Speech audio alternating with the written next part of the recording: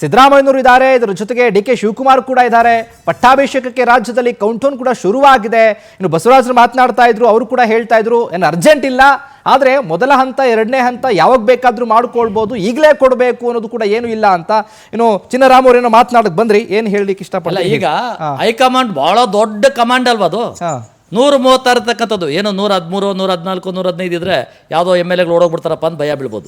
136 ಯಾಕೆ ಅವ್ರಿಗೆ ಡಿಸಿಷನ್ ತೊಗೊಳಕ್ಕಾಗ್ತಾ ಇಲ್ಲ? ಮಂತ್ರಿಗಳು ಯಾರು ಮಾಡ್ಬೇಕು? ನಾನು ಹೇಳಿದವ್ರು ಮಂತ್ರಿಗಳೇ ಅಂತ ಹೈಕಮಾಂಡ್ ಹೇಳ್ಬೋದಾಗಿತ್ತು, ಅಥವಾ ಸಿದ್ದರಾಮಯ್ಯನ ಮಾತಿಗೆ ಹೇಳ್ಬೋದಾಗಿತ್ತು. ಸಿದ್ದರಾಮಯ್ಯನವರೇ, ಇಷ್ಟು ವರ್ಷ 3 ವರ್ಷ ಅಧಿಕಾರ ಮಾಡಿದಿರಿ, ಬಿಡಿ. ಡಿ.ಕೆ. ಶಿವಕುಮಾರ್ ಯಾರು ಹೇಳ್ತಾರೆ ಅವ್ರು ಹಾಕೊಂಡು ಸರ್ಕಾರ ನಡೆಸಲಿ, ಮುಂದಿನ ಈ 2028ಕ್ಕೆ ನಾವು ಆಯ್ಕೆ ಆಗಬೇಕಾದ್ರೆ ಅವ್ರಿಗೆ ಅಡಚಣೆ ಮಾಡೋಂಥ ಮಂತ್ರಿಗಳು ಬೇಡ ಅಂತ ಹೇಳ್ಬೋದಾಗಿತ್ತು. ಯಾಕೆ ಪಟ್ಟಿಡ್ಕೊಂಡು ಕೂತವ್ರೆ ಗಟ್ಟಿಯಾಗಿ? ಅಂದರೆ ನನ್ನ ಪಟಾಲಮ್ಮಗೆ ಬರಲಿಲ್ಲ ಅಂದರೆ ಡಿ.ಕೆ. ಶಿವಕುಮಾರ್ ಅವರು ವಿಜೃಂಭಿಸ್ಬಿಡ್ತಾರೆ ಅಂತ ಭಯನಾ? ಇಲ್ಲ ಹೈಕಮಾಂಡಿಗೆ ಭಯನಾ? ನಿಮ್ಗೆ ಕಪ್ಪ ಕಾಣಿಕೆಗಳು ಯಾರು ಕೊಡ್ತಾರೋ ಅವ್ರು ಮಾತ್ರ ಮಾಡಬೇಕು ಅನ್ನೋ ಆಸೆನಾ? ಈ ಸರ್ಕಾರ ಇವತ್ತು ಸೌತ್ ಇಂಡಿಯಾದಲ್ಲಿ ಇರ್ತಕ್ಕಂಥದ್ದು, ಕರ್ನಾಟಕದಲ್ಲಿ ಭರ್ಜರಿ ಬಹುಮತದಿಂದ ಇದ್ದಾರೆ. ಈಗ ಇಷ್ಟಿರೋತಕ್ಕಂಥ ಇವರು ಯಾಕೆ ಎದುರಬೇಕು? ಹೈಕಮಾಂಡ್ ಹೇಳ್ಬೇಕು, ಹುಷಾರ್, ಕಿತ್ತಾಕ್ಬಿಡ್ತೀನಿ, ಸಸ್ಪೆಂಡ್ ಮಾಡ್ಬಿಡ್ತೀನಿ, ಉಚ್ಚಾಟನೆ ಮಾಡ್ಬಿಡ್ತೀನಿ ಅಂತ ಹೇಳ್ಬೋದಾಯ್ತಲ್ಲ. ಅನಿವಾರ್ಯ ಸರ್, ಪಕ್ಷಕ್ಕೆ ಬೇಕಲ್ಲ. ಅಲ್ಲ, ದುಡ್ಡು ವ್ಯಕ್ತಿಗಳು ಬೇಕು, ಕೆಲಸ ಮಾಡಬೇಕು, ಇವತ್ತು ಹೆಂಗೆ ಮುಖ್ಯಮಂತ್ರಿನ ಕೆಳಗಿಳಿಸಿದ್ರೆ ಸಿದ್ದರಾಮಯ್ಯ, ನಿಮ್ಮ ಬಿಜೆಪಿ ವಿರುದ್ಧ ಹೋರಾಟ ಮಾಡೋದಕ್ಕೆ ಪಕ್ಷ ಬೇಡವಾ? ನಾವು ವಿರೋಧ ಪಕ್ಷ, ನಾವು ಬಾಬಾ ಸಾಹೇಬ್ ಅಂಬೇಡ್ಕರ್ ಅವರು ಹೇಳಿದ್ದಾರೆ, ವಿರೋಧ ಪಕ್ಷ ಯಾವತ್ತು ಇರಬೇಕು ಅಂತ. ಇರಲೇಬೇಕು, ಪಕ್ಷಕ್ಕೆ ಒಂದು ವಿರೋಧ ಪಕ್ಷ ಇರಬೇಕು. ಅಧಿಕಾರ ಬಂದಾಗ ವಿರೋಧ ಪಕ್ಷ ಇರಬೇಕು ಅಂತ ಬಯಸ್ತೀವ್ರು ನಾವು. ಈ ವಿರೋಧ ಪಕ್ಷದಲ್ಲಿ ನೀವೇ ಇದ್ದೀರಿ, ವಿರೋಧ ಪಕ್ಷದಲ್ಲಿ ಏನ್ ಮಾಡಿದ್ರಿ ಹಾಗಾದ್ರೆ? ವಿರೋಧ ಪಕ್ಷದ ಕಾಲಕ್ಕೆ ಅವ್ರಿಗೆ ಎಚ್ಚರಿಕೆ ಕೊಡ್ತಾರೆ ಅಂತ ಇಷ್ಟರ ಮಟ್ಟಿಗಿದೆ. ಇಲ್ಲಾಂದ್ರೆ ನಮ್ಮ ಕರ್ನಾಟಕ ಇವತ್ತು ಶ್ವೇತಪತ್ರ ಹೊಡಿಸಿದ್ರೆ 8 ಲಕ್ಷ ಕೋಟಿ ಸಾಲ ಮಾಡಿದ್ದಾರೆ. 8 ಲಕ್ಷ ಕೋಟಿ ಸಾಲ ಮಾಡಿದ್ದಾರೆ, ರಾಜ್ಯದ ಅಭಿವೃದ್ಧಿ ಮಾಡ್ತೀವಿ ಅಂತ ಹೇಳಿ. ಈ 8 ಲಕ್ಷ ಕೋಟಿ ತೀರ್ಸೋದು ಯಾವಾಗ? ಯಾವುದೇ ಸರ್ಕಾರ ಬಂದ್ರು ಮೊದಲು ಮಾಡೋದೇ ಸಾಲ. ಅದನ್ನ ಬಿಡಿ ಸರ್, ಈಗ ಸಾಲ ಮಾಡಬೇಕು. ಏನು ನಿಮ್ಮ ಹತ್ರ 100 ರೂಪಾಯಿ ಖರ್ಚು ಮಾಡಬೇಕು, 500 ರೂಪಾಯಿ ಖರ್ಚು ಮಾಡ್ಬಿಟ್ರೆ ಎಷ್ಟು ಮಾಡ್ಬೇಕು ಅಷ್ಟು ಮಾಡಿ. ನಾವು ಸರ್ಕಾರ ನಡೆಸೋದಕ್ಕೆ ತಪ್ಪು ಅಂತ ಹೇಳಲ್ಲ, ಆದ್ರೆ ನಾನು ಹೇಳೋದು ಇವತ್ತು ಇವರು ನಮ್ಮ ಡಿ.ಕೆ. ಶಿವಕುಮಾರ್ ಅವರು ಇವತ್ತು ಮುಖ್ಯಮಂತ್ರಿ ಆಗ್ತಾವ್ರೆ. ಕೊಡ್ರಪ್ಪ, ಪೂರ್ತಿ ಪವರ್ ಕೊಟ್ಬಿಡಿ ಆತನಿಗೆ. ಏನ್ ಮಾಡ್ತಾರೆ ನೋಡಲಿ, ಅದು ನಿಮ್ಮ ಪಕ್ಷನ ಉಳಿಸ್ತಾರೆ. ಸರ್ ಏನ್ ಮಾಡ್ತಾರೆ ನೋಡ್ಲಿ. 2028ಕ್ಕೆ ಮತ್ತೆ ಪಕ್ಷ ಬರ್ಬೇಕಲ್ಲ ಅಧಿಕಾರಕ್ಕೆ, ಆ ನಿಟ್ಟಿನಲ್ಲಿ ಕೆಲಸ ಮಾಡ್ಬೇಕಲ್ಲ. KPCC ಅಧ್ಯಕ್ಷರಾಗಿ ಸರ್ಕಾರ ಅಧಿಕಾರಕ್ಕೆ ಬರೋದಕ್ಕೆ ಒಕ್ಕಲಿಗರ ಸಾಮ್ರಾಜ್ಯದಲ್ಲಿದ್ದಂಥ ಎಲ್ಲ ಮತದಾರರಿಗೂ ಡಿ.ಕೆ. ಶಿವಕುಮಾರ್ ಈ ಸಾರಿ ಓಟ್ ಹಾಕ್ರಪ್ಪ, SM ಕೃಷ್ಣ ಮುಖ್ಯಮಂತ್ರಿ ಆಗಿ ನಿಂತೋದ್ಮೇಲೆ ಯಾರು ನಮ್ಮ ಪಕ್ಷದಿಂದ ಮುಖ್ಯಮಂತ್ರಿ ಆಗಲಿಲ್ಲ ಗೌಡ್ರ ಪೈಕಿ, ನಾನು ಆಗ್ಬಿಡ್ತೀನಿ ಅಂತೇಳಿ ಬಂದರು. ಅವತ್ತು ಬಂದಾಗ ಸಿದ್ದರಾಮಯ್ಯನವರು ಎಲ್ಲೂ ಮಾತಾಡಿರಲಿಲ್ಲ, ನಾನು ಮುಖ್ಯಮಂತ್ರಿ ಆಗ್ತೀನಿ ನೆಕ್ಸ್ಟ್ ಅಂತ. ಅಧಿಕಾರಕ್ಕೆ ಬಂದ ತಕ್ಷಣ ನಾನೇ ಮುಖ್ಯಮಂತ್ರಿ, ಇಲ್ಲಾಂದ್ರೆ ಅಹಿಂದ ಓಟುಗಳು ಕಿತ್ಕೊಂಡು ಹೋಗ್ಬಿಡ್ತೀನಿ ಅಂತಕ್ಕಂಥ ಬೆದರಿಕೆ ಹಾಕಿತ್ತಾನೆ ಅವ್ರನ್ನ ಮಾಡಿದ್ದು. ಇಲ್ಲಾಂದ್ರೆ ಡಿ.ಕೆ. ಶಿವಕುಮಾರ್ ಮುಖ್ಯಮಂತ್ರಿ ಮೊದಲನೇ ಸಾರಿ ಆಗಬೇಕಾಗಿತ್ತು ಪಾರ್ಟಿ ಅಧ್ಯಕ್ಷರಾಗಿ. ಚಿನ್ನರಾಮ್ ಅವರು ಹೇಳ್ತಾ ಇದ್ದಾರೆ, ಹೈಕಮಾಂಡ್ ಘಂಟಾಘೋಷವಾಗಿ ಹೇಳ್ಬೋದಾಗಿತ್ತಲ್ಲ, ಈ ರೀತಿ ಸರ್ಕಸ್ ಯಾಕೆ ಮಾಡಬೇಕು, ಯಾಕೆ ಈ ರೀತಿಯಾಗಿ ಚರ್ಚೆ ಮಾಡಬೇಕಾಗಿತ್ತು, ನಾವು ಹೇಳ್ದಂಗೆ ಕೇಳ್ರಿ ಅಂತ ಹೇಳ್ಬೋದಾಗಿತ್ತು, ಯಾಕೆ ಎದುರ್ಕೋಬೇಕಾಗಿತ್ತು ಸರ್ಕಾರ ಹೈಕಮಾಂಡ್ ಅಂತ ಕೇಳ್ತಾ ಇದ್ದಾರೆ. ಅಲ್ಲ, ಆ ರೀತಿಯ ನಾ ಹೇಳ್ದಂಗೆ ಕೇಳಿ ಅನ್ನೋ ರಾಜಕೀಯ ಇವತ್ತು ಉಳಿದಿಲ್ಲ, ಯಾವುದೇ ಪಕ್ಷದಲ್ಲೂ ಉಳಿದಿಲ್ಲ. ಮತ್ತು ಅದು ಒಳ್ಳೆ ರಾಜಕಾರಣನೂ ಅಲ್ಲ, ಒಳ್ಳೆ ನಾಯಕತ್ವನೂ ಅಲ್ಲ. ನಾನು ಹೇಳಿದ್ದೇನೆ ಫೈನಲ್, ನಾನು ಹೈಕಮಾಂಡ್ ನೀವು ಇದು ಮಾಡಿ ಅಂತ ಆರ್ಡರ್ ಮಾಡೋ ಪದ್ಧತಿ ಇಲ್ಲ. ನಿತಿನ್ ನಬೀನ್ ಮೊನ್ನೆ ಬಂದಿದ್ರು, ಅವ್ರು ಹೇಳ್ಬೋದಿತ್ತಲ್ಲ, ವಿಜೇಂದ್ರ ನಿಮ್ಮ ಅಧ್ಯಕ್ಷರು ಇನ್ನ ಎಲ್ಲರೂ ಫಾಲೋ ಮಾಡಿ ಅವ್ರನ್ನ ಅಂತ ಹೇಳಿ. ಹೇಳಕ್ಕಾಗ್ಲಿಲ್ಲ, ಹೇಳ್ಬಾರ್ದು ಕೂಡ. ಅದೊಂದು ಪ್ರೋಸೆಸ್, ರಾಜಕೀಯದಲ್ಲಿ ಒಂದು ಪ್ರಕ್ರಿಯೆ ಇರ್ತದೆ. ಹಾಗೆ ಘಂಟಾಘೋಷ ಹೇಳಿದ್ದಕ್ಕೆ ಯಡಿಯೂರಪ್ಪನವ್ರು KGP ಮಾಡ್ಬೇಕಾಯ್ತು. ಹೀಗಾಗಿ ಆ ರಾಜಕೀಯ ಪ್ರಕ್ರಿಯೆ ಅಷ್ಟು ಸುಲಭದಲ್ಲ. Politics is all about compromises and finding the middle way. ಎಲ್ಲರನ್ನು ಹೊಂದಿಸ್ಕೊಂಡು ಹೋಗೋದಕ್ಕೆ ರಾಜಕೀಯ ಅಂತಾರೆ. ಹೀಗಿರುವಾಗ ಸಮಯ ತಗೊಳ್ತದೆ. ಆದ್ರೆ ಚಿನ್ನರಾಮ್ ಅವ್ರು ಹೇಳಿದ ತರನೇ ಡಿ.ಕೆ. ಶಿವಕುಮಾರ್ಗೆ ಸಂಪೂರ್ಣವಾದ ಅಧಿಕಾರವನ್ನ ಕೊಡ್ತಾರೆ. ಯಾಕಂದ್ರೆ ಮುಂದಿನ ಚುನಾವಣೆ ದೃಷ್ಟಿಯಲ್ಲಿ ಇಟ್ಕೊಂಡು ವಿಚಾರ ಮಾಡಿದ್ರೆ ಹಾಗೆ ಮಾಡ್ಬೇಕಾಗ್ತದೆ. ಡಿ.ಕೆ. ಶಿವಕುಮಾರ್ ಅವರಿಗೆ ಸಂಪೂರ್ಣವಾದ ಅಧಿಕಾರವನ್ನು ಕೊಟ್ಟು ಅವರಿಗೆ ಸಂಪೂರ್ಣ ಸ್ವಾತಂತ್ರ್ಯವನ್ನು ಕೊಡ್ಬೇಕಾಗ್ತದೆ. ಮತ್ತೆ ಬೇರೆ ವಿಚಾರಗಳನ್ನ ಬೇರೆ ಮಟ್ಟದಲ್ಲಿ ಅದನ್ನ ಒಂದು ಸ್ನೇಹಯುತವಾಗಿ ಸೌಹಾರ್ದಯುತವಾಗಿ ಬೇರೆಸ್ಕೊಂಡು ಹೋಗ್ಬೇಕಾಗ್ತದೆ.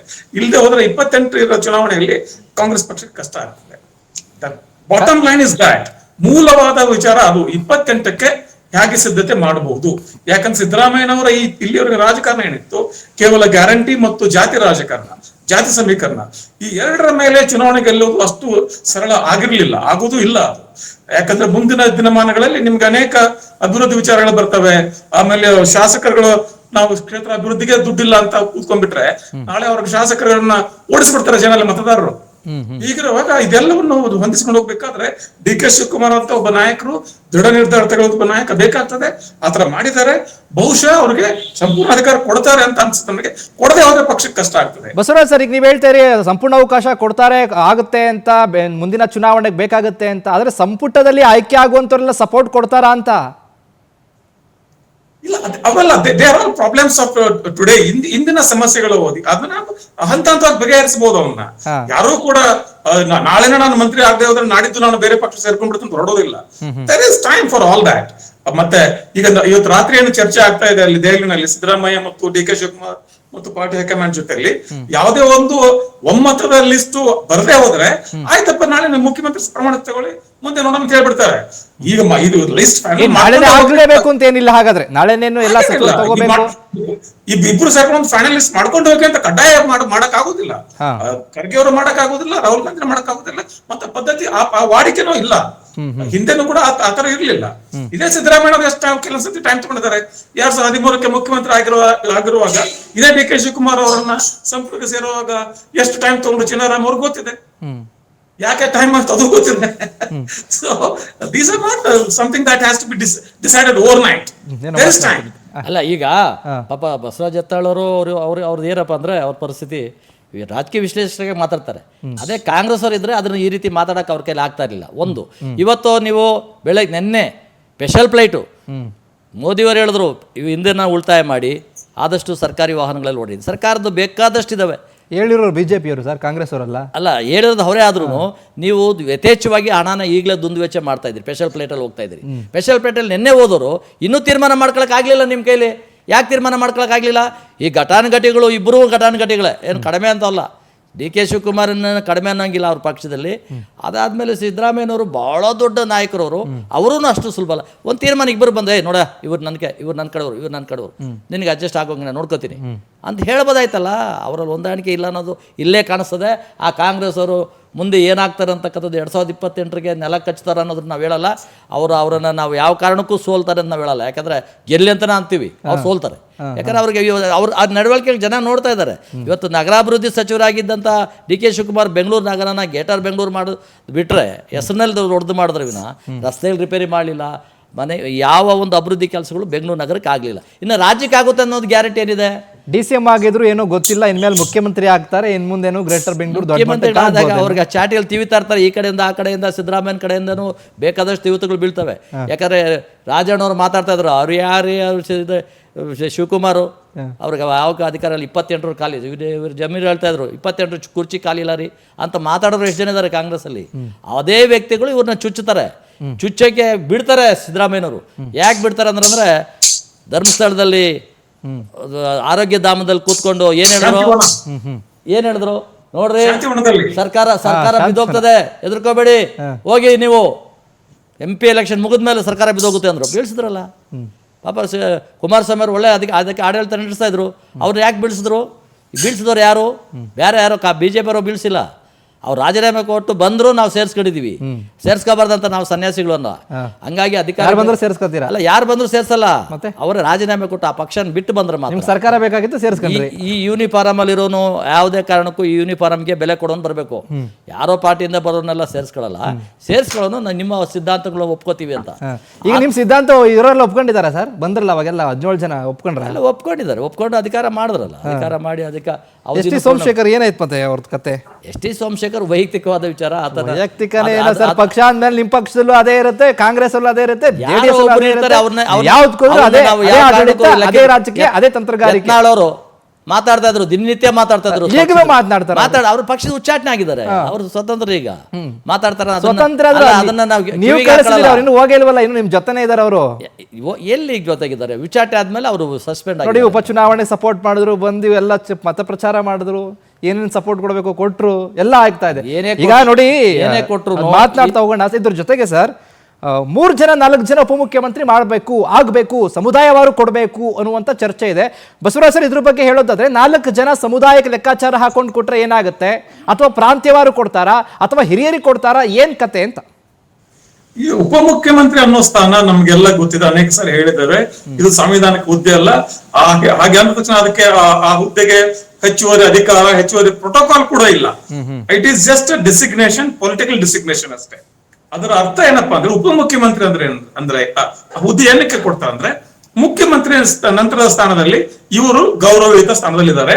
ಪಕ್ಷದ ದೃಷ್ಟಿಯಿಂದ, ಕಾರ್ಯಕರ್ತರ ದೃಷ್ಟಿಯಿಂದ, ಜನಸಾಮಾನ್ಯರಿಗೆ ಅದರಿಂದ ಏನು ವ್ಯತ್ಯಾಸ ಆಗೋದಿಲ್ಲ. 10 ಉಪಮುಖ್ಯಮಂತ್ರಿ ಮಾಡಿದ್ರು ಏನು ವ್ಯತ್ಯಾಸ ಆಗೋದಿಲ್ಲ. Because he has no special powers. Cabinet ಮಂತ್ರಿ ಏನ್ ಮಾಡ್ಬೇಕು ಅಷ್ಟು ಮಾಡ್ತಿರ್ತಾರೆ ಅಷ್ಟೇ ವಿನ ಉಪಮುಖ್ಯ ಸ್ಥಾನ ಇಲ್ಲ. ಆದ್ರೆ ಅದು ಒಂದು ರಾಜಕೀಯ ಇಂಟೆನ್ಷನ್, ಪೊಲಿಟಿಕಲ್ ಇಂಟೆನ್ಷನ್ ತೋರಿಸ್ತದೆ. ಹೀಗಿರುವಾಗ ಅದಕ್ಕೋಸ್ಕರ ಅದಕ್ಕೆ ಅನೇಕ ಜನ ಹೋರಾಟ ಮಾಡ್ತಿದ್ದಾರೆ, ಅದಕ್ಕೆ ಸ್ಪರ್ಧೆ ಮಾಡ್ತಿದ್ದಾರೆ. ಜಾತಿವಾರು, ಪ್ರಾಂತ್ಯವರು ಕೇಳ್ತಿದ್ದಾರೆ, ಹಿಂದೂ ವರ್ಗಕ್ಕೆ ಬೇಕು ಅಂತಾರೆ, ಲಿಂಗಾಯತರಿಗೆ ಒಂದು ಕೊಡಿ ಅಂತಾರೆ, ಏನು ದಲಿತ ಮಾಡಿ ಅಂತಾರೆ. ಇವೆಲ್ಲ ವಿಚಾರಗಳಿದಾವೆ. ಆದ್ರೆ ಅದ್ರ ಅಗತ್ಯ ಏನಕ್ಕೆ ಬೇಕು ಅಂತ I don't understand. Because again and again ಈ ತರದ ಒಂದು ನಾವು ಸಮನ್ವಯ ಸಮಿತಿ ಮಾಡ್ತೇವೆ, 4 ಉಪಮುಖ್ಯಮಂತ್ರಿ ಮಾಡ್ತೇವೆ. ಅದರ ಅರ್ಥ ಏನು ಅಂದ್ರೆ ನೀವು DK ಶಿವಕುಮಾರ್ ಅವರ ಹೆಗಲ ಮೇಲೆ ಅನ್ನೆಸೆಸರಿ ಬರ್ಡನ್ ಆಗ್ತಾ ಇದ್ದೀರಿ, ಹೆಚ್ಚುವರಿ ಅನಗತ್ಯಗಳನ್ನು ಹಾಕ್ತಾ ಇದ್ದೀರಿ, ಅವರ ಸ್ವಾತಂತ್ರ್ಯವನ್ನ ಕಡಿತಗೊಳಿಸ್ತಾ ಇದ್ದೀರಿ, ಅವ್ರ ಅಧಿಕಾರ ನಡೆಸುವ ಸ್ವಾತಂತ್ರ್ಯ ಕಡಿತಗೊಳಿಸ್ತಾ ಇದ್ದೀರಿ. ಅದರ ಅರ್ಥ ಇಷ್ಟನೇ. ಹೀಗಿರುವಾಗ DK ಶಿವಕುಮಾರ್ ಅವರು ಇದ್ರ ಬಗ್ಗೆ ಚರ್ಚೆ ಮಾಡ್ತಾರೆ. ಯಾರೋ ನನ್ನನ್ನು ಮಾಡಿ ಅಂತ ತಕ್ಷಣ ಮಾಡೋದಿಲ್ಲ, 4 ಜನ ಮಾಡಿದ್ರು ಮಾಡೋದಿಲ್ಲ. He will also have a say. ಉಪಮುಖ್ಯಮಂತ್ರಿ ಸ್ಥಾನ ಯಾಕೆ ಬೇಕು? ಅದಕ್ಕಾಗಿ ಪಕ್ಷದಲ್ಲಿ ಗೊಂದಲ ಉಂಟಾಗೋದಾದ್ರೆ, ಈಗ ಒಬ್ಬನ ಮಾಡಿದ್ರೆ ಇನ್ನೊಬ್ಬ ಮತ್ತೊಬ್ಬ 4 ಆದ್ಮೇಲೆ 5 ಆಯ್ತಾ 10, ಈ ತರದ ಗೊಂದಲ ಸೃಷ್ಟಿ ಮಾಡೋದಕ್ಕಿಂತ ಯಾಕೆ ಉಪಮುಖ್ಯಮಂತ್ರಿ ಸ್ಥಾನ ಸಂಪೂರ್ಣವಾಗಿ ಇಲ್ಲದೆ ನಾವು ನಡೆಸಬಾರ್ದು? ಆ ಚರ್ಚೆನೂ ಆಗ್ತದೆ. ಕೊನೆಗೆ ಸಮುದಾಯವರು ರಾಜಕೀಯವಾಗಿ ಪಕ್ಷದ ಹಿತದೃಷ್ಟಿಯಿಂದ ಮಾಡ್ಬೇಕಾದ್ರೆ ಮಾಡಬಹುದು. But eventually it has no impact on governance. ಸರ್ಕಾರದ ಮತ್ತು ಆಡಳಿತದ ಅದರ ಪರಿಣಾಮ ಏನು? ಮಾತನಾಡ್ತಾ ಹೋಗ್ತೀನಿ, ಬ್ರೇಕಿಂಗ್ ಬರ್ತಿದೆ, ಮಾತಾಡ್ತೀನಿ. ಇನ್ನು ಮೊದಲ ಹಂತದಲ್ಲಿ DK ಶಿವಕುಮಾರ್ ಸಂಪುಟಕ್ಕೆ 14 ಜನ ಸಚಿವರೀಗ ಸಿಎಂ ಜೊತೆ 14 ಜನ ಸಚಿವರು ಪ್ರಮಾಣ ವಚನವನ್ನ ಸ್ವೀಕಾರ ಮಾಡ್ತಾರೆ. ಗ್ರೀನ್ ಸಿಗ್ನಲ್ ಸಿಕ್ಕಾಗಿದೆ. ದೆಹಲಿಯಲ್ಲಿ ನಡೆದ ಹೈಕಮಾಂಡ್ ಸಭೆಯಲ್ಲಿ ಪಟ್ಟಿ ಫೈನಲ್ ಆಗಿದೆ. KC ವೇಣುಗೋಪಾಲ್ ನಿವಾಸದಲ್ಲಿ 2ನೇ ಹಂತದ ಮೀಟಿಂಗ್ ಆಗಿದೆ. ಒಬ್ಬರಿಗೆ ಒಂದೇ ಹುದ್ದೆಯನ್ನು ಪಾಲಿಸಬೇಕು. ಯಾರ್ಯಾರು ಆ ಬದ್ಧತೆಯನ್ನು ತೋರಿಸ್ತಾರೆ ಅವ್ರಿಗೆ ಅವಕಾಶ. ನಾನು 2 ಬೇಕು 3 ಬೇಕು ಅಂತಂದ್ರೆ ಇಲ್ಲ, ಚಾನ್ಸೇ ಇಲ್ಲ. KPCC ಅಧ್ಯಕ್ಷ ಸ್ಥಾನಕ್ಕೆ ಪರಿಗಣನೆ ಹಿನ್ನೆಲೆ ಮಂತ್ರಿಗಿರಿ ಇಲ್ಲ. ಮೊದಲ ಹಂತದಲ್ಲಿ DK ಶಿವಕುಮಾರ್ ಜೊತೆಗೆ 14 ಜನ ಸಚಿವರಾಗಿ ಪ್ರಮಾಣ ವಚನ ಸ್ವೀಕರಿಸ್ತಾರೆ. ಗ್ರೀನ್ ಸಿಗ್ನಲ್ ಕೂಡ ಸಿಕ್ಕಾಗಿದೆ ಈಗಾಗಲೇ ದೆಹಲಿಯಲ್ಲಿ. ಹೈಕಮಾಂಡ್ ಜೊತೆ ಫೈನಲ್ ಮೀಟಿಂಗ್ ಆಯ್ತಲ್ಲ, ಆ ಫೈನಲ್ ಮೀಟಿಂಗ್ ಅಲ್ಲೂ ಕೂಡ ಫೈನಲ್ ಪಟ್ಟಿ ರೆಡಿ ಆಗಿದೆ. 2ನೇ ಹಂತದ ಮೀಟಿಂಗ್ ಈಗ ಮಾತನಾಡ್ತಾ ಇದ್ವಿ. ಬಸವರಾಜ್ ಸರ್ ಈಗಾಗಲೇ ನೋಡಿದ್ವಿ. ಮೊದಲ ಹಂತದಲ್ಲಿ ಈಗ 14 ಜನರಿಗೆ ಅವಕಾಶ ಕೊಟ್ಟಿದ್ದಾರೆ. 14 ಜನ ನಾಳೆ ಇದೇ ಲೋಕಭವನದಲ್ಲೇ ಪ್ರಮಾಣ ವಚನ ಸ್ವೀಕಾರ ಮಾಡ್ತಾರೆ.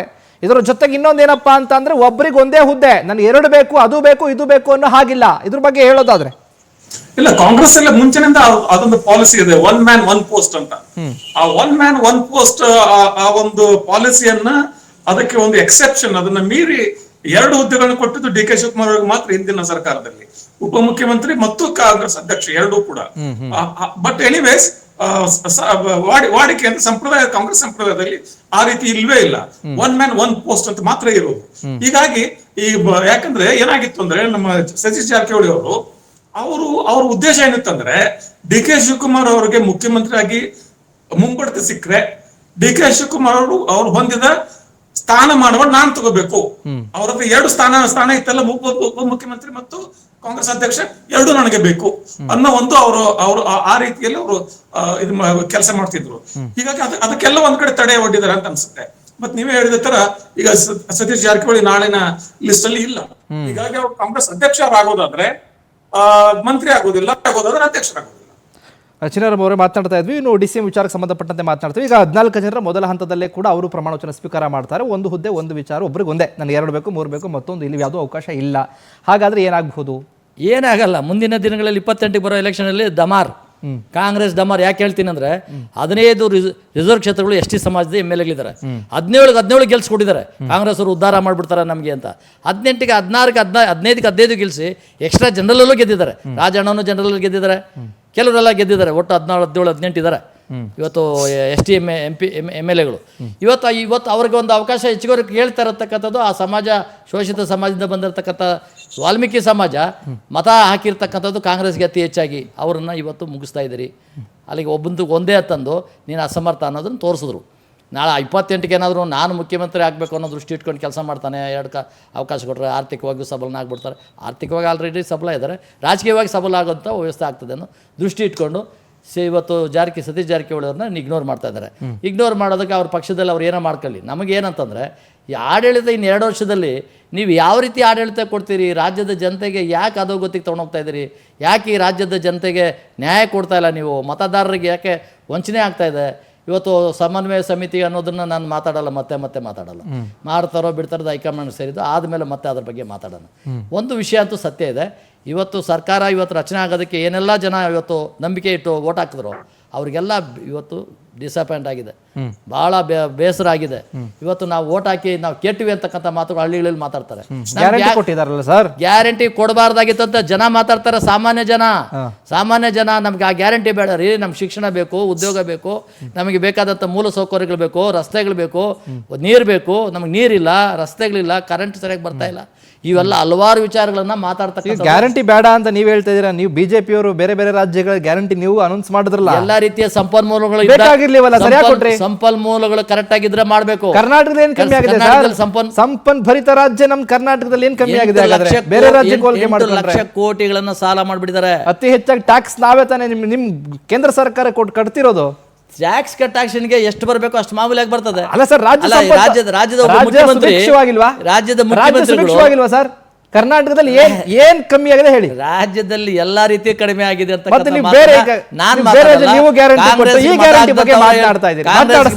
ಮಾತಾಡೋಣ. ಏನೋ ದೆಹಲಿಯಲ್ಲಿ ಹೈಕಮಾಂಡ್ ಜೊತೆ ಮೀಟಿಂಗ್ ಮುಕ್ತಾಯ ಆಗಿದೆ. ನಾಳೆ ರಾಜ್ಯದಲ್ಲಿ ಪದಗ್ರಹಣ, ದೆಹಲಿಯಲ್ಲಿ ಮೀಟಿಂಗ್ ಫೈನಲ್ ಆಗಿ ಮುಕ್ತಾಯ ಆಗಿದೆ. ಬೆಂಗಳೂರಿನತ್ತ ಹೊರಟಿದ್ದಾರೆ DK ಶಿವಕುಮಾರ್ ಹಾಗೆ ಸಿದ್ದರಾಮಯ್ಯನವರು. ರಾತ್ರಿ 8 ಗಂಟೆಗೆ ಬೆಂಗಳೂರು ತಲುಪ್ತಾರೆ ನಾಯಕರು. ಫೈನಲ್ ಆಗಿರೋ ಪಟ್ಟಿಯನ್ನು ಇಟ್ಕೊಂಡು ಬರ್ತಾರೆ. ಮೊದಲ ಹಂತದಲ್ಲಿ 14 ಸಚಿವರು DKಶಿ ಸಂಪುಟಕ್ಕೆ ಸೇರ್ಪಡೆ ಆಗ್ತಿದ್ದಾರೆ. ಹೈಕಮಾಂಡ್ ಜೊತೆ ಪಟ್ಟಿ ಫೈನಲ್ ಮಾಡಿ ಬೆಂಗಳೂರಿನತ್ತ ಹೊರಟಿರೋದೀಗ ನಿಯೋಜಿತ ಮುಖ್ಯಮಂತ್ರಿ, ಇದರ ಜೊತೆಗೆ ಹಂಗಾಮಿ ಮುಖ್ಯಮಂತ್ರಿ. ಕೊನೆಗೂ ಕೂಡ ಚರ್ಚೆ ಮಾಡಿ ಮಾತುಕತೆ ಮಾಡಿ ಫೈನಲ್ ಆಗಿ ಮುಕ್ತಾಯ ಆಗಿರೋದು. ಬೆಂಗಳೂರಿನತ್ತ ಹೊರಟಿದ್ದಾರೀಗ. ನಾಳೆ ಪದಗ್ರಹಣ ಕಾರ್ಯಕ್ರಮ ಇದೆ. ಮುಖ್ಯಮಂತ್ರಿಯಾಗಿ ಪ್ರಮಾಣವಚನ ಸ್ವೀಕರಿಸ್ತಾರೆ DK ಶಿವಕುಮಾರ್. ಇದರ ಜೊತೆಗೆ 14 ಜನ DK ಶಿವಕುಮಾರ್ ಜೊತೆಗೆ ಸಚಿವರಾಗಿ ಪ್ರಮಾಣವಚನ ಸ್ವೀಕರಿಸ್ತಾರೆ. ಸಂಪುಟಕ್ಕೆ ಸೇರಿಸಿಕೊಳ್ಳುವಂತಹ 14 ಜನರ ಹೆಸರು ಫೈನಲ್ ಆಗಿದೆ. ಚರ್ಚೆ ಮುಕ್ತಾಯ ಆಗಿದೆ. ದೆಹಲಿಯಿಂದ ಈಗಾಗಲೇ ರಾಜ್ಯಕ್ಕೆ ಹೊರಟಿದ್ದಾರೆ. ಯಾರ್ಯಾರು 14 ಜನ ಹಾಗಾದ್ರೆ ಅನ್ನುವಂಥ ಪ್ರಶ್ನೆ ಈಗ. ಒಂದ್ ಕಡೆ ರಾಜ್ಯದಲ್ಲಿ ಪಟ್ಟಾಭಿಷೇಕಕ್ಕೆ ಕೌಂಟ್ ಡೌನ್ ಶುರುವಾಗಿದೆ. ಈ ಶುರುವಾಗಿದ್ರ ಜೊತೆಗೆ ಹಲವರು ಲಾಭಿ ಮಾಡಿದ್ರು, ಹಲವರ ಹೆಸರು ಕೂಡ ಇತ್ತು. ಆ ಹೆಸರಲ್ಲಿ ಸುಮಾರು ಜನ ಇದ್ದಾರೆ. ಯತೀಂದ್ರ ಇದ್ರು, ಜೊತೆಗೆ ಸತೀಶ್ ಜಾರಕಿಹೊಳಿ, ಪರಮೇಶ್ವರ್, UT ಖಾದರ್, ರಾಮಲಿಂಗಾರೆಡ್ಡಿ ಅವರು, ಪ್ರಿಯಾಂಕ್ ಖರ್ಗೆ ಅವರು, KJ ಜಾರ್ಜ್ ಅವರು, ಹಲವು ನಾಯಕರಿದ್ದಾರೆ. ಇದ್ರ ಜೊತೆಗೆ ಹೊಸ ಮುಖಗಳಿಗೂ ಕೂಡ ಅವಕಾಶವನ್ನ ಕೊಡಬೇಕು ಅಂತ. ಆ ಹೊಸ ಮುಖಗಳು ಯಾರ್ಯಾರು ಹಾಗಾದ್ರೆ? ಮೊದಲ ಹಂತದಲ್ಲಿ 14 ಜನ ಇದಾರಲ್ಲ, ಆ ಲಿಸ್ಟ್ ನಲ್ಲಿ ಇರುವಂತವ್ರು ಯಾರ್ಯಾರು? ಈಗ ರಾಜಕೀಯದಲ್ಲಿ, ಅದು ಕೂಡ ಕಾಂಗ್ರೆಸ್ನಲ್ಲಿ ಮತ್ತೊಂದು ಚರ್ಚೆ ಶುರುವಾಗುತ್ತೆ. ನನಗ ನಿನಗ ಯಾರಿಗಿರ್ಬೋದು ಹಾಗಾದ್ರೆ, ಯಾರ್ಯಾರಿಗೆ ಕರೆ ಹೋಗುತ್ತೆ ಹಾಗಾದ್ರೆ, ನಾಳೆ ನೀವು ರೆಡಿಯಾಗಿ ಬನ್ನಿ ಅಂತ. ಇದು ಕೂಡ ಮೇಜರ್ ಆಗುತ್ತೆ. 8 ಗಂಟೆಗೆ ವಾಪಸ್ ಆಗ್ತಾ ಇದ್ದಾರೆ ಬೆಂಗಳೂರಿಗೆ. ಮಾತನಾಡ್ತಾ ಇದ್ವಿ, ಚಿನ್ನರವರು ಮಾತನಾಡ್ತಾ ಇದ್ರಿ, ಹೇಳ್ತಾ ಇದ್ರಿ ನೀವು ಸರ್ಕಾರದ ಬಗ್ಗೆ, ಗ್ಯಾರಂಟಿ ಬಗ್ಗೆ. 2022 ಸರ್ಕಾರ ಬರೋದಿಲ್ಲ, ಈ ಸರ್ಕಾರ ಉಳಿಯೋದೇ ಇಲ್ಲ, ಏನಾಗುತ್ತೋ ಗೊತ್ತಿಲ್ಲ ಪದಗ್ರಹಣ ಆದ್ಮೇಲೆ ಅಂತ. ಸತ್ಯವಾಗ್ಲೂ ಇದು ವಿಚಾರ ಸತ್ಯ ಇದೆ. ಯಾಕಂದ್ರೆ ನಮಗೆ ಆಸೆ ಇರ್ತಕ್ಕಂಥದ್ದು ಯಾರೇ ಅಧಿಕಾರ ಮಾಡಿದ್ರು ರಾಜ್ಯದ ಅಭಿವೃದ್ಧಿ ಆಗಬೇಕು. ಅಭಿವೃದ್ಧಿ ಶೂನ್ಯ ಆಗಿದೆ ಈಗ 3 ವರ್ಷದಲ್ಲಿ. ಇವತ್ತು ಸಿದ್ದರಾಮಯ್ಯನವರು ಅವ್ರದ್ದೇ ಆದಂಥ ದಾಟಿಯಲ್ಲಿ ಮಾತಾಡ್ತಕ್ಕಂಥದ್ದು, ಅವ್ರ ಬಾಡಿ ಲ್ಯಾಂಗ್ವೇಜ್ ಬಗ್ಗೆ ನಾನು ಮಾತಾಡಲ್ಲ, ಯಾಕಂದ್ರೆ ಅವರು ಹುಟ್ಟಿರೋದು ಹಾಗೇನೆ ಮಾತಾಡ್ಕೊಳ್ಳಿ. ಆದರೆ ಎಷ್ಟೆಲ್ಲ ಅನ್ಯಾಯಗಳಾಗಿದೆ ಮತ್ತು ಹೇಗೆಲ್ಲ ಕೆಲಸಗಳು ಮಾಡಿದ್ದಾರೆ ಅಂತಕ್ಕಂಥದ್ದು ಜನಕ್ಕೆ ಗೊತ್ತಿದೆ. ಇವತ್ತು ಗ್ಯಾರಂಟಿ ಹೆಸರು ನಾಮಕ ಪಟೇಲ್ ಆಗಿತ್ತು. ಮಾದೇವಪ್ಪ ನಿನಗೂ ಕರೆಂಟ್ ಫ್ರೀ ಅಂತ ಮಾತಾಡಿದ್ದನ್ನ ನೋಡಿಲ್ವಾ? ನೋಡಿದ್ದಾರೆ, ಕೊಟ್ಟಿದ್ದಾರೆ ಸರ್. ಇಲ್ಲಿ ಕೊಟ್ಟಿರೋದಿಲ್ಲ, ಜೀರೋ. ಎಲ್ರಿಗೂ ಕರೆಂಟ್ ಚಾರ್ಜ್ಗಳನ್ನ ಕಟ್ ಮಾಡಾಕಿದ್ರು. 200 ಯೂನಿಟ್ ಕೊಡ್ತೀನಿ ಅಂತ ಹೇಳಿದ್ಮೇಲೆ 200 ಯೂನಿಟ್ ಕೊಡ್ಲಿಲ್ಲ. ಅವನು ಎಷ್ಟು ಮೊದಲು ಹೋದ ವರ್ಷ 100 ಯೂನಿಟ್ ಬಳಸಿದಾನೆ, 50 ಯೂನಿಟ್ ಬಳಸಿದಾನೆ, ಅಷ್ಟೇ ಮಾತ್ರ ಕೊಡ್ತಾ ಸರ್, ಇರೋದು. ಈಗ 200 ಯೂನಿಟ್ ಅಂದ್ಮೇಲೆ 200 ಯೂನಿಟ್ ಕೊಡಬೇಕಾಗಿತ್ತು. 200 ಯೂನಿಟ್ ಫ್ರೀ ಆಯ್ತಪ್ಪ, ಎಲ್ಲಾನು ಯೂಸ್ ಮಾಡ್ಬೇಕು ಅಂತ ಯೂಸ್ ಮಾಡಿದ್ರೆ ಯಾಕೆ ಹೇಳಿದ್ರಿ ನೀವು? ಯಾರಿಗೆ ಯಾಕೆ ಹೇಳಿದ್ರಿ? ಗೌರ್ಮೆಂಟ್ ನಮಗೂ ಗೊತ್ತಿದೆ, ಕಾಳಜಿದೆ, ರಾಜ್ಯದ ಬಗ್ಗೆ ಕಾಳಜಿದೆ, ರಾಜ್ಯದ ಅಭಿವೃದ್ಧಿ ಬಗ್ಗೆ ಕಾಳಜಿ ಇದೆ. ಗ್ಯಾರಂಟಿಯಿಂದ ಸರ್ಕಾರ ನೀವು ಬೀಳುತ್ತೆ ಅಂತ 200 ಯೂನಿಟ್ ಕೊಡ್ತೀನಿ ಅಂತ ಹೇಳ್ದಂತ ನೀವು ಯಾವ ಪರಿಸ್ಥಿತಿನಲ್ಲಿ ಇವತ್ತು ಕಟ್ ಮಾಡಿದ್ರಿ, ಅದನ್ನ ಸೆನ್ಸಾರ್ ಮಾಡ್ಬಿಟ್ರಿ. ಸೆನ್ಸಾರ್ ಮಾಡಿ ನೀವು ಕಮ್ಮಿ ಮಾಡಿದ್ರಲ್ಲ, 100 ಯೂನಿಟ್ ಬಳಸೋನ್ಗೆ 50 ಯೂನಿಟ್ ಬಳಸ್ತಾ ಇದ್ದವನಿಗೆ 25 ಯೂನಿಟ್ ಬಳಸೋದನಿಗೆ ಅಷ್ಟೇ ಕೊಡೋದು, ಅದಕ್ಕೆ ಮೇಲೆ ಕೊಡಲ್ಲ ಅಂದ್ರು. ಅಲ್ಲಿ 200 ಯೂನಿಟ್ ಅನ್ನೋ ಮಾತು ಏನಾಯ್ತು? ವಚನ ಭ್ರಷ್ಟ ಆಗ್ಲಿಲ್ವ ಇವರು? ವಚನ ಭ್ರಷ್ಟರು ಅನ್ನೋದಕ್ಕಿಂತ ಹೆಚ್ಚಾಗಿ ಸರ್, ಈಗ ಗ್ಯಾರಂಟಿ ವಿಚಾರ ಅಂತ ಬಂದಾಗ ಗ್ಯಾರಂಟಿ ಕೊಟ್ಟು ಗ್ಯಾರಂಟಿಯನ್ನು ಈಗಾಗಲೇ ನಿಗಿಸಿ ಸುಮಾರು 53,000 ಕೋಟಿ ರೂಪಾಯಿ ಒಂದು ವರ್ಷ ಖರ್ಚು ಮಾಡ್ತಿರೋದು ಗೊತ್ತಿದ್ದ ವಿಚಾರ ಅಲ್ವಾ? ಅಷ್ಟು ಕಾಮನ್ ಸೆನ್ಸ್ ನಿಮ್ಮ ಹಣ ಕೂಡ ಯಾರದೇ ಆಗ್ಲಿ, ಜನಸಾಮಾನ್ಯರ ಹಣ ಕೂಡ 200 ಯೂನಿಟ್ ಕೊಡ್ತೀನಿ ಅಂತ ಹೇಳಿದ್ಮೇಲೆ 200 ಯೂನಿಟ್ಗಿಂತ ಮೇಲೆ ಬಳಸೋರ್ಗೆ ನೀವು ಕಮ್ಮಿ ಮಾಡಿ. ಮೊದಲೆಲ್ಲ ನೀವು 50 ಯೂನಿಟ್ 20 ಯೂನಿಟ್ 40 ಯೂನಿಟ್ ಮಾತನಾಡೋಣ, ಕಮ್ಮಿ ಆಗಿದೆ. ಈಗ ನೋಡಿ, ಈಗ ನಾಳೆ ಬಸವರಾಜ್ ಸರ್ ಮಾತನಾಡ್ತಾ ಇದೀವಿ ನೋಡಿ. ಈಗ ನಾನು ಒಂದಷ್ಟು ಲಿಸ್ಟ್ ಅನ್ನ ಹೇಳಿದೆ ನಿಮಗೆ. ಸತೀಶ್ ಆಗಿರ್ಬೋದು, ಪರಮ್ ಆಗಿರ್ಬೋದು, ಖಾದರ್ ಆಗಿರ್ಬೋದು, ರಾಮಲಿಂಗಾರೆಡ್ಡಿ, ಪ್ರಿಯಾಂಕ್, ಇವರಲ್ಲಿ ಯಾರಿಗಾದ್ರೂ ಮಿಸ್ ಆದ್ರೆ ಪ್ಲಸ್ ಮೈನಸ್ ಹೇಳೋದಾದ್ರೆ ಇಲ್ಲ, ಯಾರಿಗೆ ಮಿಸ್ ಆಗುತ್ತೆ, ಯಾರು ಇದಾರೆ ಈ ಲಿಸ್ಟ್ ಅಲ್ಲಿ ಅನ್ನೋದು ನಮ್ಗೆ ಗೊತ್ತಾಗೋದು ಅಧಿಕೃತವಾಗಿ ರಾಜ್ಯಪಾಲರ ಕಚೇರಿಯಿಂದ ಒಂದು ಲಿಸ್ಟ್ ಬರ್ತದೆ, ಒಂದು ಪ್ರೆಸ್ ರಿಲೀಸ್ ಬರ್ತದೆ, ಯಾರ್ಯಾರು ನಾಳೆ ಪ್ರಮಾಣ ತಗೊಳ್ತಾರೆ ಅಂತ. That is the final list. ಈಗ ಯಾರಿದ್ದಾರೆ ಯಾರಿಲ್ಲ ಅಂತ ನಾವು ಊಹೆ ಮಾಡಬಲ್ಲಿವು ಮಾತ್ರ. ಬಟ್ ಒಂದೊಂದು ಚಿಂತನೆಯ ದಿಸೆ ಏನಿದೆ, ಕಾಂಗ್ರೆಸ್ ಹೈಕಮಾಂಡ್ ಚಿಂತನೆಯ ದಿಕ್ಕೇನಿದೆ, ಹೊಸಬರಿಗೆ ಆದ್ಯತೆ, ಯುವಕರಿಗೆ ಆದ್ಯತೆ, ಆಮೇಲೆ ಕೆಲವೊಂದು ಹಿರಿಯರನ್ನ ಅನಿವಾರ್ಯವಾಗಿ ಇಟ್ಕೊಳ್ಬೇಕಾಗ್ತದೆ. ಅವರ ಹಿರಿತನ ಅನ್ನೋದಕ್ಕಿಂತ ಅವರ ಅನುಭವ ಮತ್ತು ಅವ್ರು ಇಲ್ಲಿವರೆಗೆ ಮಾಡಿದ ಕೆಲಸದ ಆಧಾರದ ಮೇಲೆ ಇಟ್ಕೊಳ್ಬೇಕಾಗ್ತದೆ. ಸಿದ್ದರಾಮಯ್ಯನವರ ಕೇಂದ್ರ ಸಂಪುಟದಲ್ಲಿ ಅನೇಕ ಮಂತ್ರಿಗಳ ಪರ್ಫಾರ್ಮೆನ್ಸ್ ಚೆನ್ನಾಗಿರ್ಲಿಲ್ಲ. ಅವ್ರ ಕೆಲಸನೇ ಅವ್ರು ಇದಾರೆ ಇಲ್ಲ ಅಂತ ಗೊತ್ತಿಲ್ಲ. ಎಷ್ಟೋ ಜನರಿಗೆ ಕೆಲವು ಮಂತ್ರಿಗಳು ಇದಾರೆ ಇಲ್ವೇ ಅನ್ನೋದೇ ಗೊತ್ತಿರಲಿಲ್ಲ. ಅಂತವ್ರನ್ನ ಕೈ ಬಿಟ್ಟು ಹೊಸರನ್ನು ತಗೊಂಡ್ಬಂದು, ಬಹಳ ಮುಖ್ಯವಾಗಿ who can work as a team with D K Shivakumar. ಸಂಪುಟ, ಯಾವುದೇ ರಾಜ್ಯದ ಸಂಪುಟ, ಒಂದು ದೇಶದ ಒಂದು ಸಂಪುಟ, it's always headed by the prime minister in the centre, chief minister in the state. So it is team chief minister. ಆ ಒಂದು ಟೀಮ್ ಪ್ಲೇಯರ್ ಬೇಕಾಗ್ತದೆ ಇಲ್ಲಿ. ಸಿದ್ದರಾಮಯ್ಯನವರ ಪರವಾಗಿದ್ದಾರೆ, ಅದಕ್ಕೆ ತಗೊಳ್ಳಂದ್ರೆ can you work as a team with D K Shivakumar ಒಂದು. ಆಮೇಲೆ ಚೀನಾರಾಮ್ ಅವರು ಬಹಳ ಇದ್ರ ಟೀಕೆ ಎಲ್ಲ ಮಾಡಿದ್ರು ಸರಿ. ಆದ್ರೆ ಸೌಜನ್ಯ ಏನಪ್ಪಾ ಅಂದ್ರೆ, ಒಂದು ಹೊಸ ಮುಖ್ಯಮಂತ್ರಿ ಬಂದಾಗ ಒಂದು 100 ದಿವಸ ಸ್ವಲ್ಪ ಅವ್ರಿಗೆ ಗ್ರೇಸ್ ಪೀರಿಯಡ್ ಕೊಡೋದು ಒಳ್ಳೆಯದು, ಟೀಕೆ ಇದನ್ನೆಲ್ಲ ಮಾಡೋದಕ್ಕಿಂತ. So I would prefer to give him some time. ಟೀಕೆ ಅನ್ನೋ ವಿಷಯ ಅಲ್ಲ, ಎಷ್ಟು ಮಟ್ಟಿಗೆ ಸ್ವತಂತ್ರ ಕೊಡ್ತಾರೆ ಹೊಸ ಮುಖ್ಯಮಂತ್ರಿಗೆ. ಸಿದ್ದರಾಮಯ್ಯನವರ ಗುಣಗಳನ್ನ ನೀವು ನೋಡಿದ್ರಿ, ರಾಜಕೀಯ ವಿಶ್ಲೇಷಕರು ನೀವು ವರ್ಷಗಳಿಂದ ಗಮನಿಸಿದ್ರಿ. ಎಷ್ಟು ಕೈ ಫ್ರೀಯಾಗಿ ಬಿಡ್ತಾರೆ, ಅದು ಅವರ ಅನುಕೂಲಕ್ಕೆ ನಾನು ಮಾತಾಡ್ತಾ ಇರೋದು. ನಾನು ಟೀಕೆ ಮಾಡಿದ ಸಿದ್ದರಾಮಯ್ಯನಲ್ಲ, ಶಿವಕುಮಾರ್ನ ಅಲ್ಲ. ಇವತ್ತು ಶಿವಕುಮಾರ್ ಅವ್ರನ್ನ ಅಧಿಕಾರ ಮಾಡೋದಕ್ಕೆ ಎಷ್ಟರ ಮಟ್ಟಿಗೆ ಫ್ರೀ ಹ್ಯಾಂಡ್ ಕೊಡ್ತಾರೆ? ಅವ್ರು ಕೊಡೋದಿಲ್ಲ. ಯಾವ ಕಾರಣಕ್ಕೂ ಸಿದ್ದರಾಮಯ್ಯನವ್ರು ಕೊಡೋದಿಲ್ಲ. ಸಿದ್ದರಾಮಯ್ಯನವ್ರಿಗೆ ಬಹಳ ದೊಡ್ಡ ಆಸೆ ಇದೆ, ನಾನೇನಾದ್ರೂ ಆಗ್ಲಿ ನನ್ನ ಎದುರಾಳಿಗೆ ಮಾತ್ರ ತೊಂದರೆ ಆಗ್ಲೇಬೇಕು ಅನ್ನೋ ಯೋಚನೆ ಇರುವಂತವ್ರು ಅವರು. ಎದುರಾಳಿ ಅಂದ್ರೆ ಮುಖ್ಯಮಂತ್ರಿ ಪಕ್ಷದವ್ರಿಗೆ ಅಥವಾ ಮುಖ್ಯಮಂತ್ರಿ ಅವ್ರ ಪಕ್ಷದಲ್ಲಿ ಇರ್ತಕ್ಕಂಥ ಮುಖ್ಯಮಂತ್ರಿ ಫಲಂತವಾಗಿ ನನ್ನ ಅದು ಅಧಿಕಾರ ಕಿತ್ಕೊಂಡ್ರು 3 ವರ್ಷ 5 ವರ್ಷ ಮಾಡ್ಬೇಕು ಅಂತ ಅವ್ರು ಹೇಳಿದ್ರಲ್ಲ, ನಾನು 5 ವರ್ಷ ಮುಖ್ಯಮಂತ್ರಿ ಆಗಿರ್ತೀನಿ ರೀ, ನನ್ನ ಯಾರು ಇಳಿಸೋರು ಹೇಳಿರ್ಲಿಲ್ಲ ಸರ್ ಅವ್ರಿಗೆ. ಹೈಕಮಾಂಡ್ ಹೇಳಿದ್ರೆ 5 ವರ್ಷ ನಾನೇ ಮುಖ್ಯಮಂತ್ರಿ ಅಂತ ಹೇಳಿದಾಗ ಹೈಕಮಾಂಡ್ ಹೇಳಿರುತ್ತೆ, 2 ವರ್ಷ ಮಾತು ಕೊಟ್ಟು ಹೋಗಿದ್ಯಾ, ನೀನ್ ಹಂಗತರ ಮಾತಾಡ್ಬೇಡ ಅಂತ. ಆಮೇಲೆ ಹೈಕಮಾಂಡ್ ಹೇಳಿದ್ರೆ ಕೇಳ್ತೀನಿ ಅಂದ್ರು. ಇದು ಸತ್ಯ. ನೀವಾಗಿದ್ರೆ ನಿಮ್ಮ ಮಗ ಹೇಳ್ತಾ ಇದ್ದ, ನಮ್ಮ ಅಪ್ಪನೇ 5 ವರ್ಷ ಇಲ್ಲ ಅಹಿಂದ ನಾಯಕರು ಇವತ್ತು ಅವರು ಹೇಳಿದ್ರಲ್ಲ, ಮುಖ್ಯಮಂತ್ರಿಗಳು ಹೇಳಿದ್ರಲ್ಲ. ಈಗ ಹೈಕಮಾಂಡ್ 5 ವರ್ಷ ಅಂತ ಹೇಳಿ 5 ವರ್ಷ ಸಿದ್ದರಾಮಯ್ಯ ಮುಖ್ಯಮಂತ್ರಿ ಆಗ್ತಾ ಇದ್ರು. ಹೈಕಮಾಂಡ್ ಮಾಡಕ್ ಅಲ್ಲಿ ಮಾತು ಕೊಟ್ಟು ಬಂದಿರೋದಲ್ವಾ. ಹೈಕಮಾಂಡ್ ಶಿವಕುಮಾರ್ ಅವರು ಇಲ್ಲ 6 ತಿಂಗಳು ಹೆಚ್ಚುವರಿ ತಗೊಂಡ್ರಲ್ಲ, 2 ವರ್ಷದಲ್ಲಿ ಮುಗಿಸ್ಬೇಕಾಯ್ತು ನಿಮ್ ಕತೆ. ಇನ್ನು 6 ತಿಂಗಳು ಹೆಚ್ಚುವರಿ ತಗೊಂಡಿದ್ದು ಚುನಾವಣೆಗಳು ಬಂತು, ಇದ್ರ ಜೊತೆಗೆ ರಾಜ್ಯದಲ್ಲೂ ಕೂಡ ಏರಿಳಿತಗಳಾಗ್ತಾ ಇತ್ತು. ಈ ಎಲ್ಲಾ ದೃಷ್ಟಿಲಿ ಇಟ್ಕೊಂಡು ಹೈಕಮಾಂಡ್ ಏನೋ ಒಂದ್ ಸ್ವಲ್ಪ ದಿನ ಮುಂದೆ ತಳ್ಳಿರ್ಬೋದಪ್ಪ. ATM ಅವಶ್ಯಕತೆ ಇತ್ತು ಅವ್ರಿಗೆ. ಯಾರಿಗೆ ATM ಅವಶ್ಯಕತೆ? ಕಾಂಗ್ರೆಸ್ ನಾಯಕರುಗಳಿಗೆ ಎಲ್ಲ 5 ರಾಜ್ಯಗಳಲ್ಲಿ ಎಲೆಕ್ಷನ್ ನಡೀತಾ ಇದೆಪ್ಪ, ಫಂಡಿಂಗ್ ಇಲ್ಲ, ನೀನೇ ಮುಖ್ಯಮಂತ್ರಿ ಆಗಿದ್ದು ಎಷ್ಟು ಫಂಡ್ ಕೊಡ್ತೀಯ ನೋಡ್ಕೊಂಡು ಮಾಡು ಅಂತ ಹೇಳ್ತಕ್ಕಂಥ ಮಾತುಗಳು ಸುರ್ಜೇವಾಲಾ. ಕರ್ನಾಟಕದಿಂದ ಫಂಡ್ ಹೋಗ್ತಾ ಇದೆಯಾ ಸರ್? ಅವ್ರಿಗೆ ಹೋಗ್ತಾ ಇರೋದು ನಿಜಾನೇ. ATM ಯಾರು ಕೊಡ್ತಿದ್ದಾರೆ? ಯಾರು ಮುಖ್ಯಮಂತ್ರಿಗಳು ಕೊಡ್ಬೇಕು, ಡಿ ಕೆ ಶಿವಕುಮಾರ್ ಕೊಡ್ಬೇಕು. ಅದು ಒಳ ಒಪ್ಪಂದನೇ.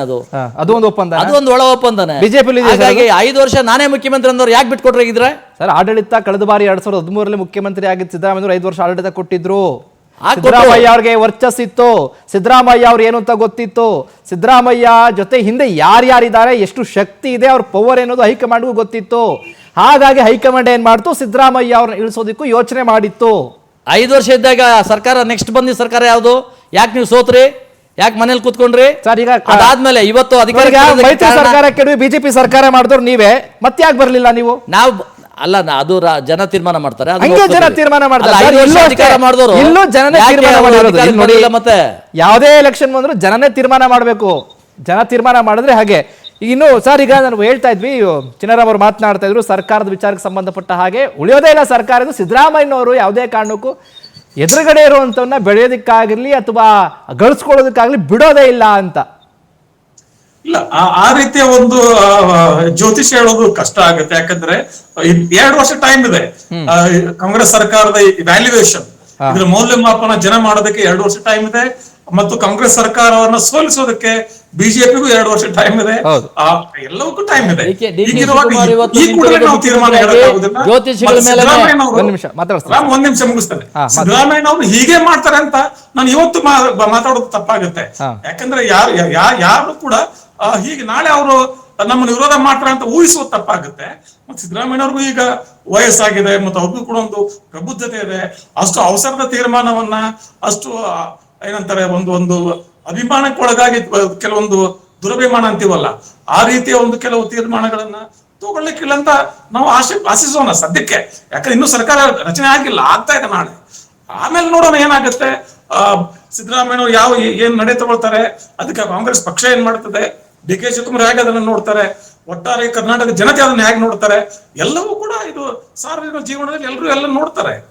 ಇವೆಂಚುಲಿ ವ್ಯಾಲ್ಯೂಯೇಷನ್ ಆಗೋದು 28ಕ್ಕೆ. ಇದ್ರ ಜೊತೆಗೆ ಸರ್ 3 ವರ್ಷ ಈಗಾಗಲೇ ಆಡಳಿತ ಮಾಡಿದ್ದಾರೆ, ಇನ್ನು 2 ವರ್ಷ ಇದೆ. ಕಳೆದ 3 ವರ್ಷ ಈ ವಿಚಾರ ನೋಡೋದಾದ್ರೆ ಮುಂದಿನ 2 ವರ್ಷ ಹೆಂಗಿರ್ಬೋದು ಸರ್? ಏನಾಗಬಹುದು ಹಾಗಾದ್ರೆ? ಒಂದು ಮಾರ್ಕೆಟ್ ಡಿಫರೆನ್ಸ್, ಸಿದ್ದರಾಮಯ್ಯ ಮತ್ತು ಡಿ ಕೆ ಶಿವಕುಮಾರ್ ನಾಯಕತ್ವ ಮತ್ತು ಅವರ ಆಡಳಿತ ಶೈಲಿಯಲ್ಲಿ ಬಹಳ ದೊಡ್ಡ ಒಂದು ವ್ಯತ್ಯಾಸ ಇದೆ. ಅದಕ್ಕೋಸ್ಕರ ಡಿ ಕೆ ಶಿವಕುಮಾರ್ ಸಂಪೂರ್ಣ ಸ್ವಾತಂತ್ರ್ಯ ಕೊಡ್ಬೇಕು ಅಂತ ನಾನು ಹೇಳ್ತಾ ಇರೋದು.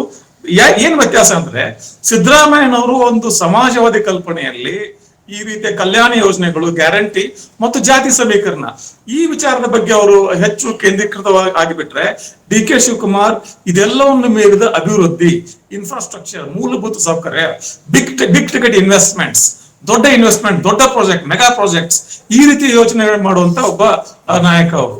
ಮತ್ತೆ ಬಹುಶಃ ಕರ್ನಾಟಕ ಸರ್ಕಾರಕ್ಕೆ ಮತ್ತು ಕರ್ನಾಟಕ ಜನತೆಗೆ ಕೂಡ ಆ ರೀತಿಯ big investment, big ticket projects ಅಗತ್ಯ ಇದೆ ಈಗ. ಯಾಕೆ 3 ವರ್ಷ ಏನು ಕೆಲಸ ಆಗಿಲ್ಲ. 3 ವರ್ಷ ಗ್ಯಾರಂಟಿ ಕೊಟ್ಟಿದ್ದೇವೆ, 3 ವರ್ಷ ಜಾತಿ ರಾಜಕಾರಣ ಮಾಡಿದ್ದೇವೆ. ಅದು ಸರಿ ತಪ್ಪು ಬೇರೆ ವಿಚಾರ. ಆದ್ರೆ ಈಗ ಅಗತ್ಯ ಆಗಿರುವುದು ಏನಂದ್ರೆ, the economy has to flow. ಒಂದು ದೇಶದ ಮತ್ತು ಒಂದು ರಾಜ್ಯದ ಎಕಾನಮಿ ಹರಿವು ಜಾಸ್ತಿ ಆಗ್ಬೇಕಂದ್ರೆ ಈ ರೀತಿಯ ಪ್ರಾಜೆಕ್ಟ್ಗಳು, ಬಂಡವಾಳ ತರುವುದಾಗ್ಲಿ ಅಥವಾ ಸರ್ಕಾರವೇ ಬಂಡವಾಳ ಹಾಕಿ ಒಂದು ಹೊಸ ಯೋಜನೆ ತಗೊಳ್ಳೋದಾಗ್ಲಿ ಬಹಳ ಮುಖ್ಯ ಕೆಲಸ ಆಗ್ತವೆ. ಮತ್ತು ಈ ದಿಸೆಯಲ್ಲಿ D K Shivakumar is perfect man in the perfect position. Okay sir, Chinnaram ಅವರ ಕೊನೆಯದಾಗಿ ಹೇಳೋದಾದ್ರೆ ಏನು ಹೇಳ್ತೀರಿ? ನಾಳೆ ಸಚಿವ ಸಂಪುಟಕ್ಕೆ 14 ಜನ ಆಯ್ಕೆ ಆಗಿದ್ದಾರೆ. ನಾಳೆ ಸಿದ್ದರಾಮಯ್ಯನವರು ಇರ್ತಾರೆ, ಹೈಕಮಾಂಡ್ ನಾಯಕರು ಕೂಡ ಬರುವಂಥ ಸಾಧ್ಯತೆಗಳಿದ್ದಾವೆ. 14 ಜನ ಕೂಡ ಪ್ರಮಾಣವಚನ ಸ್ವೀಕರಿಸ್ತಾರೆ. ಪ್ರಮುಖವಾಗಿ ಡಿ ಕೆ ಶಿವಕುಮಾರ್ ಮುಖ್ಯಮಂತ್ರಿಯಾಗಿ ಪ್ರಮಾಣವಚನ ಸ್ವೀಕರಿಸ್ತಾರೆ. ನಿಮ್ಗೆ ಕೊನೆಯದಾಗಿ ಹೇಳೋದಾದ್ರೆ ಅನಿಸಿಕೆ ಏನು ಹೇಳ್ತೀರಿ? ಇವತ್ತು ನಾಮಕಾವಾಸ್ತೆ ಮುಖ್ಯಮಂತ್ರಿ ಆಗಬಾರ್ದು, ಜನರ ಅಭಿವೃದ್ಧಿ ಮಾಡಬೇಕು, ರಾಜ್ಯದ ಅಭಿವೃದ್ಧಿ ಮಾಡಬೇಕು. ನೀವು ಕೊಟ್ಟ ಗ್ಯಾರಂಟಿಗಳನ್ನ ಸರಿಯಾದ ನಡೆಸ್ಕೋಬೇಕು. ಅದರಲ್ಲಿ ಸೆನ್ಸಾರ್ ಮಾಡಬಾರ್ದು. ಸೆನ್ಸಾರ್ ಮಾಡಿದೆ ಇವತ್ತು ಮತ್ತೆ ಮೊನ್ನೆನೇ ಹೇಳಿದ್ದಾರೆ, ಕೆಲವೆಲ್ಲ ಸೆನ್ಸಾರ್ ಮಾಡ್ತೀವ್ರಿ ಈ ಯೋಜನೆಗಳ ಬಗ್ಗೆ ಅಂತ. ಇದನ್ನೆಲ್ಲ ಮಾಡಿದೆ. ಏನು ನೀವು ಮಾತು ವಚನ ಕೊಟ್ಟು 5 ಗ್ಯಾರಂಟಿ ಕೊಟ್ಟಿದ್ರಿ, 5 ಗ್ಯಾರಂಟಿಗಳನ್ನು ಉಳಿಸ್ಕೊಂಡು ಹೋಗೋದು. ರಾಜ್ಯದ ಅಭಿವೃದ್ಧಿ ಮಾಡುವಂಥ ಕೆಲಸ ಡಿ ಕೆ ಶಿವಕುಮಾರ್ಗೆ ಫ್ರೀ ಹ್ಯಾಂಡ್ ಕೊಡಬೇಕು.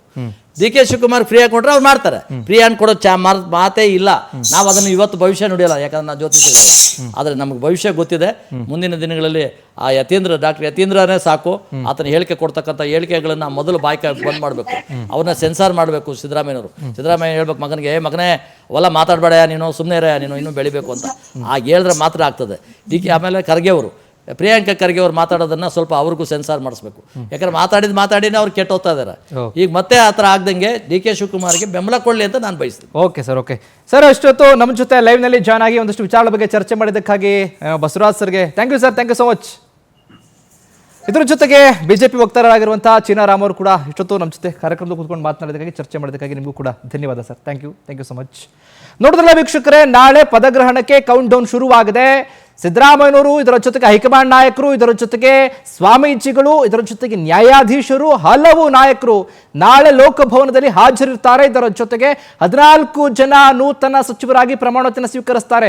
ಯಾರು ಅನ್ನುವಂಥ ಕುತೂಹಲ. ಇದರ ಜೊತೆಗೆ ಯಾರ್ಯಾರು ಇರಬಹುದು, ಹಾಗಾದ್ರೆ ಹೊಸಬರಿಗೆ ಮಣೆ ಹಾಕ್ತಾ ಹೈಕಮಾಂಡ್, ಅದರ ಜೊತೆಗೆ ಹಿರಿಯರನ್ನ ಕಡೆಗಣಿಸಿಲ್ವಾ, ಎಲ್ಲವನ್ನೂ ಕೂಡ ಕಾದ್ ನೋಡೋಣ. ಇದಾಗಿತ್ತು ಫೋಕಸ್ ಪವರ್ನಲ್ಲಿ. ಈಗ ಒಂದಷ್ಟು ವಿಚಾರದ ಬಗ್ಗೆ ಚರ್ಚೆ ತಿಳಿಸ್ಕೊಟ್ಟಿದ್ದೀವಿ. ಮತ್ತಷ್ಟು ಅಪ್ಡೇಟ್ಸ್ ನೋಡ್ತಾ ಹೋಗೋಣ. ಮತ್ತಷ್ಟು ಬುಲೆಟಿನ್ ಬರುತ್ತೆ, ಅಲ್ಲಿ ನೋಡ್ತಾ ಇರಿ ಪವರ್ ಟಿವಿ. ಇದು ನಿಮ್ಮ ಶಕ್ತಿ.